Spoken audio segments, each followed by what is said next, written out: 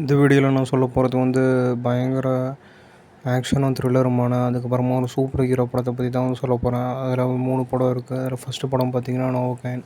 இந்த படம் வந்து 2025 வந்து ரிலீஸ் ஆகுது. இந்த படத்தில் பார்த்திங்கன்னா நம்ம ஹீரோக்கு வந்து பாய்ஸ் படத்தில் நடித்த அந்த ஹியூகிங்கிற கேரக்டர் தான். இவருக்கு எப்படின்னா கத்தியில் குத்துனாலும் சரி, அவர் மேலே எந்த காயப்பட்டாலும் சரி சீக்கிரமாக காயம் வந்து சரியாயிடும். அவருக்கு எந்த கத்தியால் இரும்பால் அடித்தாலும் கூட எந்த வலியும் இருக்காது, உயிரோடு தான் இருப்பார்.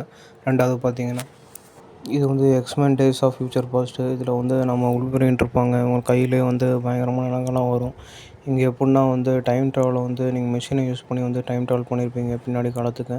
ஆனால் இவங்களோட தன்னோட மைண்டை யூஸ் பண்ணி அவங்க வந்து அவங்க ஆத்மா மட்டும் இன்னொரு உலகத்தில் இருக்க மாதிரி, அதாவது கடந்த காலத்தில் இருக்க மாதிரி வந்து காட்டுவாங்க. இதுவும் நல்லா பயங்கர சஸ்பென்ஸான 2வது இடத்துல உள்ள பயங்கர சூப்பர் ஹீரோ ஃபில்மு.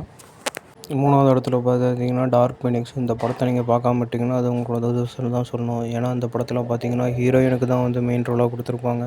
ஏன்னா இவங்களுக்கு வந்து எப்புடின்னா ஒரு நட்சத்திரம் எரியிற மாதிரி ஒரு சூரியனோட பயங்கரமான சக்தி இருக்குது. இவங்களால வந்து ஆட்டம் பாம்பே முழுங்குற அளவுக்கு வந்து பயங்கரமான சக்தி இருக்குது. அதனால் வந்து இந்த 3வது டாப்பு சூப்பர் ஹீரோ படத்தில் இருக்கிறது வந்து இந்த டார்க் ஃபீனிக்ஸ் படம் தான்.